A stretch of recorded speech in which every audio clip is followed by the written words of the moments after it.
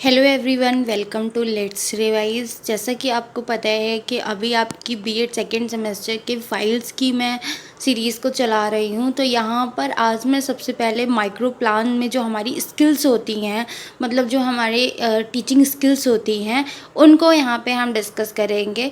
एक वीडियो में मैं एक ही स्किल पे बात करूँगी जिससे कि आपको सारी स्किल्स अच्छे से समझ में आ जाएं, क्योंकि इन्हीं स्किल्स के बेस पे ही ना आप अपनी आगे थर्ड सेमेस्टर में और फोर्थ सेमेस्टर में, इवन इस सेमेस्टर में भी जो आप 10 अपने माइक्रो टीचिंग लेसन प्लान बनाओगे ना, वो इन्हीं टीचिंग स्किल्स पे बेस्ड होंगे। एज आई टोल्ड यू पहले ही कि आप लोगों का जो ये बीएड होता है ना, ये स्टार्टिंग से इन्हीं स्किल्स पे स्टार्ट हो जाता है और एंडिंग भी स्किल्स पे ही ख़त्म हो जाती है। बेसिकली हम यहाँ पे इन्हीं टीचिंग स्किल्स को सीखते हैं। तो अभी जब आप फर्स्ट सेमेस्टर का पेपर दे रहे थे तो आपने टेक्नोलॉजी वाले पेपर में कुछ टीचिंग मेथड्स एंड स्किल्स पढ़ी थी।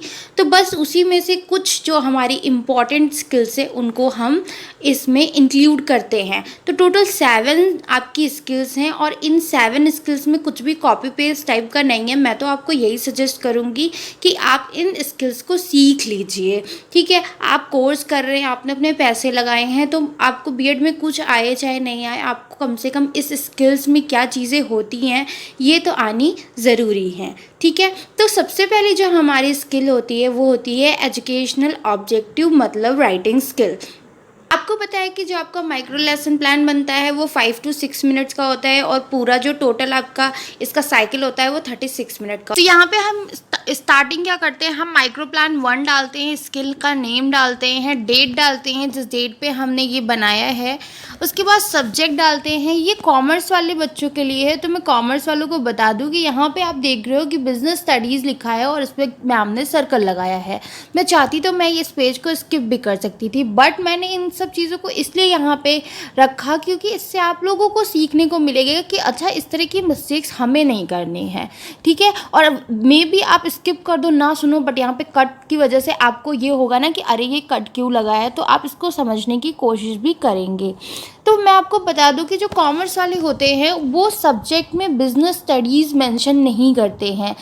और वीडियोस अगर आपने देखी होगी, आप मेरे पुराने सब्सक्राइबर हैं, तो आपको पता होगा कि बिजनेस स्टडीज़ और अकाउंटेंसी दोनों एक साथ ही आते हैं जो कि कॉमर्स में कंसिडर किए जाते हैं। और इकोनॉमिक्स हमारा अलग से होता है, 2 सब्जेक्ट्स होते हैं हमारे पास में। तो ये जो बिजनेस स्टडीज़ है, ये बिजनेस स्टडीज़ हम नहीं लिखेंगे, हम यहाँ पे क्या लिखेंगे, कॉमर्स लिखेंगे। तो कॉमर्स के अंदर में हम चाहें तो हम बिजनेस स्टडीज़ का भी टॉपिक ले सकते हैं और हम चाहें तो हम अकाउंटेंसी का भी कोई भी टॉपिक ले सकते हैं, या आप हाफ हाफ भी डिवाइड कर सकते हो, ये आपके ऊपर डिपेंड करता है।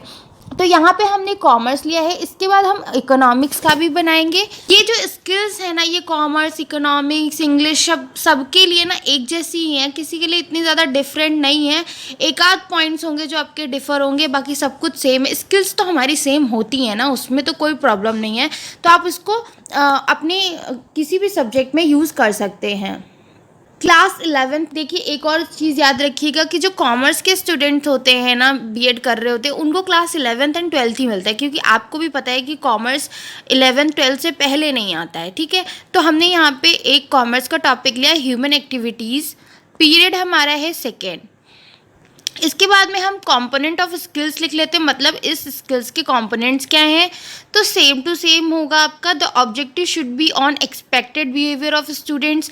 ठीक है, मतलब कि हम इसको क्यों कर रहे हैं, हम बस देखना चाह रहे हैं ना कि जो हमारा जो ऑब्जेक्टिव है ना इस टॉपिक को पढ़ाने का, वो क्या ऑब्जेक्टिव है। अगर हम पढ़ा रहे हैं तो हम स्टूडेंट के रिगार्डिंग जो ऑब्जेक्टिव सेट कर रहे हैं वो फुलफ़िल हो रहा है कि नहीं, स्टूडेंट्स उसको समझ पा रहे हैं कि नहीं, मतलब जो भी हमने ऑब्जेक्टिव सेट किया वो जैसा प्लान किया गया था वैसा वर्क कर रहा है या फिर नहीं कर रहा है, इसके अंतर हम ये चीज़ देखते हैं। सेकेंड पॉइंट है expressing students behaviour in the form of operational behaviour, clearly stated the behavioral situation, having a meaningful relationship to the goal of subject matter to develop the interest of student in commerce। और ये जो आपके components हैं ना, ये जब आप lesson plan बनाते हो तो ये आपके जर्नल ऑब्जेक्टिव्स की कैटेगरी में आते हैं, तो आप इसको as it is same to same रखते हैं अपने सारे लेसन प्लान्स में। अच्छा, अब यहाँ पे आपका एक बॉक्स बनेगा जिसमें आपका सीरियल नंबर होगा, educational objective writing skill and characters characteristics क्या है एंड यूज्ड कंपोनेंट्स, कौन कौन से कंपोनेंट्स हमने यूज़ किए ये याद रखिएगा। अभी जो हमने 5 कंपोनेंट्स लिखे हैं ना, उन्हीं कंपोनेंट्स को यहाँ पे हमने नंबर डाल देना है बस। तो सबसे पहले देखिए, कॉमर्स वालों के लिए जो होते हैं वो होते हैं आपके नॉलेज, ठीक है। नॉलेज होता है आपका, कॉम्प्रहेंसिव होता है, और आपका होता है यहाँ पे एप्लीकेशन। साइंस वालों का ये आपका जो ऑब्जेक्टिव होता है ना, ये थोड़ा सा चेंज होता है। साइंस वालों के लिए मैं ये वाला आपका अलग बना दूंगी, बाकी सारे स्किल्स एक जैसे ही होते हैं। कैरेक्टरिस्टिक्स में क्या होगा, देखिए कुछ पॉइंट्स हमें दिए जाते हैं कॉलेज की तरफ से, मतलब कि वो देते हैं कि ये चीज़ आप इसमें इंक्लूड करिएगा। जैसे कि यहाँ पे आप डिफाइन देख रहे हैं, रिकॉल देख रहे हैं, इसके बाद में एक्सप्लेन देख सकते हैं, आप एग्जाम्पल देख सकते हैं। ये सारी चीज़ें आपको, ये वर्ड्स दिए गए होते हैं जिसमें से आपको 2 लिखने होते हैं हर एक के अंडर में, ठीक है। तो क्या होता है ना कि जैसे आपके 3 है ना, नॉलेज है, कॉम्प्रिहेंसिव है एंड एप्लीकेशन है, तो तीनों में 2 आप नॉलेज में लिखोगे तो उसमें 2 आपको यहाँ पे 2 वर्ड्स लेने पड़ेंगे, या डिफाइन एंड रिकॉल ले लिया, फिर आपने उससे रिलेटेड ही होते हैं, ये नॉलेज से रिलेटेड ही होते हैं। और अगर आपने कॉम्प्रिहेंसिव में गए तो they are able to explain हो जाएगा या डिस्क्राइब हो जाएगा, इस तरह के पॉइंट्स आ गए। अगर आप वहाँ पे चले जाते हो एप्लीकेशन में, तो वो क्या कर सकते हैं, रियल लाइफ में आपकी दी हुई नॉलेज को अप्लाई कर सकते हैं।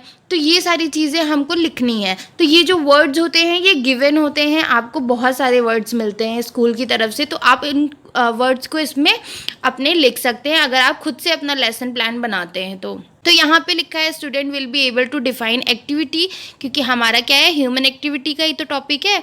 They will easily recall it with their daily activities. देखिए आपको यहाँ पे फिर से सर्कल देखने को मिला, मतलब कि ये जो दे वर्ड है ना, हमें ये यूज़ नहीं करना है यहाँ पे, ही शी दे ये सब कुछ भी प्रोनाउंस हमें नहीं यूज़ करने हैं, हमें स्टूडेंट्स ही लिखना है, ठीक है। इस वजह से यहाँ पे गोला लगा है। और कंपोनेंट्स मैंने कौन से यूज़ किए, जो पीछे लिखे थे उसमें से 1, 5 एंड 4। नेक्स्ट आपका जो आता है ऑब्जेक्टिव, वो होता है आपका कॉम्प्रिहेंसिव। इसमें भी हमें 2 लिखने होते हैं। तो student will identify the economic activities and non economic activities, ये आपको अपने मन से लिखने होते हैं। Student will be able to explain types of economic activities, यहाँ पे भी हमने 2 लिखे, और कॉम्पोनेंट्स हमने 2 एंड 3 का यूज़ किया था। एप्लीकेशन में बात कर लें तो student will be observe economic activities and non economic activities in their surroundings, ठीक है। एंड नेक्स्ट होगा they will be able to discuss the difference between economic and non economic activities. They यहाँ पर फिर से काट दिया मैम ने। तो यहाँ पे हमने जो कंपोनेंट्स यूज़ करे वो 3, 4 एंड 5 के यूज़ करे। आई होप ये चीज़ें आपको क्लियर हो रही हों।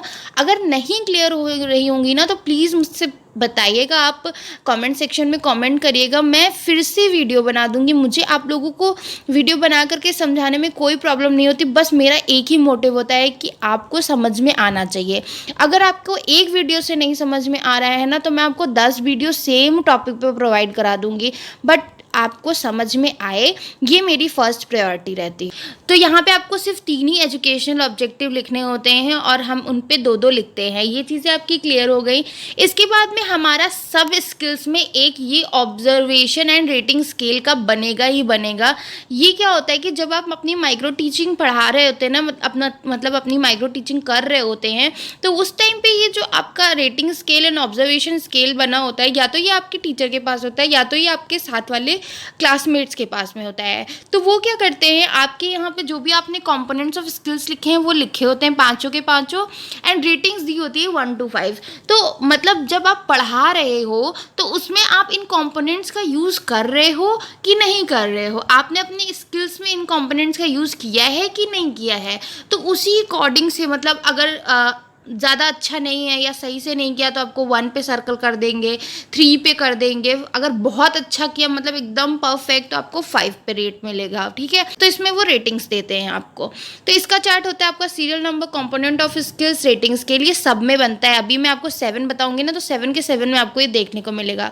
सबसे पहला जो पीछे थे सब वही हैं। The objective should be on expected behaviour of student, expressing students behaviour in the form of operational behaviour, clearly stated the behavioral situation, having a meaningful relationship to the goal of subject matter, to develop the interest of students in commerce, and 1 to 5 की rating है हर एक component के साथ में। यहाँ पे suggestion है, जो भी आपको ऑब्जर्व कर रहा होगा वो यहाँ पे आपके लिए सजेशन लिखेगा, जैसा भी होगा। अगर इम्प्रूवमेंट की रिक्वायरमेंट, मतलब जो भी उसने ऑब्जर्व किया है आप जब टीच कर रहे थे, तो वो यहाँ पे उसको लिखेगा एंड अपनी सिग्नेचर करेगा। ओके, तो ये थी आपकी स्किल जो कि आपको हेल्पफुल होगी जब आप लेसन प्लान बनाएंगे, जब आप माइक्रो टीचिंग कर रहे होंगे। इन सब जगहों पे आपकी, मतलब फर्स्ट सेमेस्टर के बाद ना बीएड के, आपको बस इन्हीं जो स्किल्स है ना उसी पे वर्क करना होता है। तो बस आज की वीडियो में इतना ही। कोई भी डाउट हो तो बेफिक्र हो करके आप कमेंट सेक्शन में अपने डाउट्स को क्लियर कर सकते हैं।